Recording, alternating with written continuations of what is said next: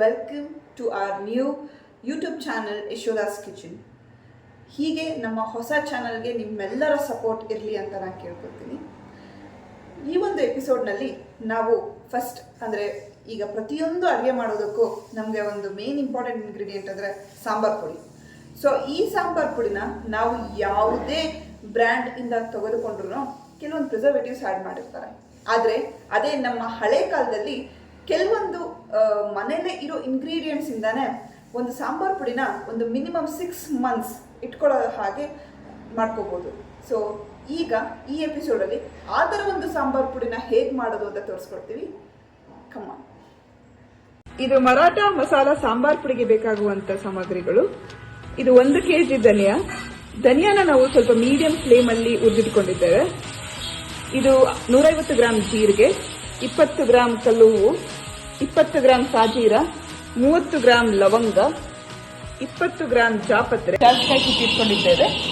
ಇದು 10 ಗ್ರಾಮ್ ಏಲಕ್ಕಿ, 20 ಗ್ರಾಮ್ ಮರಾಠ ಮೊಗ್ಗು, 100 ಗ್ರಾಮ್ ಮೆಣಸು, 20 ಗ್ರಾಮ್ ಚಕ್ರ ಮೊಗ್ಗು, 100 ಗ್ರಾಮ್ ಮೆಂತ್ಯ, 50 ಬಾತಲೆ, 30 ಗ್ರಾಮ್ ಚಕ್ಕೆ. ಇದನ್ನ ಉರಿತಿರೋದು ನಮ್ಮ ತಂದೆಯವರು. ಅವ್ರನ್ನ ಕೇಳೋಣ ಎಲ್ಲಿ ಕಲ್ತಿದ್ದು ಅಂತ. ಎಲ್ಲಿ ಕಲ್ತಿದ್ದು ನೀವು ಮಿಸ್ಟರ್ ಸಿದ್ದೇಶ್? ನಮ್ಮ ಸ್ನೇಹಿತರೊಬ್ರು ಶಿವಾಜಿರಾವ್ ಗೋರ್ಪಡೆ ಅಂತ ಇದ್ರು.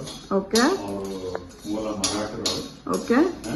ಆ ಮರಾಠ ಮಸಾಲೆ ಅವರು ಅವ್ರ ತಾಯಿ ಅವರಿಂದ ತಿಳ್ಕೊಂಡು ಈ ರೀತಿ ನಾವು ಅಭ್ಯಾಸ ಮಾಡ್ಕೊಂಡು 30 ವರ್ಷದಿಂದಾನು ಇದೇ ತರ ಮಾಡ್ತಾ ಇದ್ದೀವಿ. Wow, great. ಸೊ ಈಗಿನ್ನೂ ಎಷ್ಟು ಸಾಮಗ್ರಿಗಳು ಬಾಕಿ ಇದೆ ಉರಿಯೋದಕ್ಕೆ?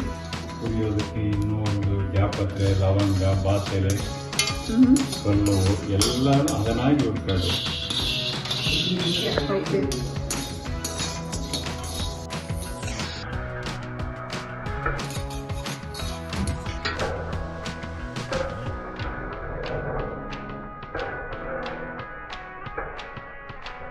ಸೊ ಈಗ ಸೆಪರೇಟ್ ಆಗಿ ಹುರ್ಕೊಂಡಂತ ಪ್ರತಿಯೊಂದು ಇಂಗ್ರೀಡಿಯೆಂಟ್ಸ್ ಎಲ್ಲಾನು ಒಂದು ಬೋಸಿಲ್ ಹಾಕಿ ಮಿಕ್ಸ್ ಮಾಡಿದ್ವಿ.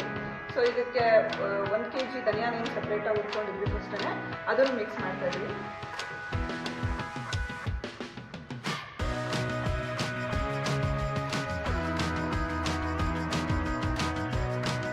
ಸೊ ಈಗ ಹುರಿದು ಎಲ್ಲ ಸಾಮಗ್ರಿಗಳನ್ನು ಒಂದು ಬೋಸಿಲ್ ಹಾಕಿ ನೀಟಾಗಿ ಮಿಕ್ಸ್ ಮಾಡಿದೀವಿ. ಇದನ್ನ ತಗೊಂಡು ಹೋಗಿ ಮೆಷಿನ್ಗೆ ಹಾಕ್ಸಿದ್ರೆ ಒಳ್ಳೆ ಘಮ ಘಮ ಘಮ ಅನ್ನೋ ಸಾಂಬಾರ್ ಪುಡಿ ರೆಡಿ ಆಗತ್ತೆ.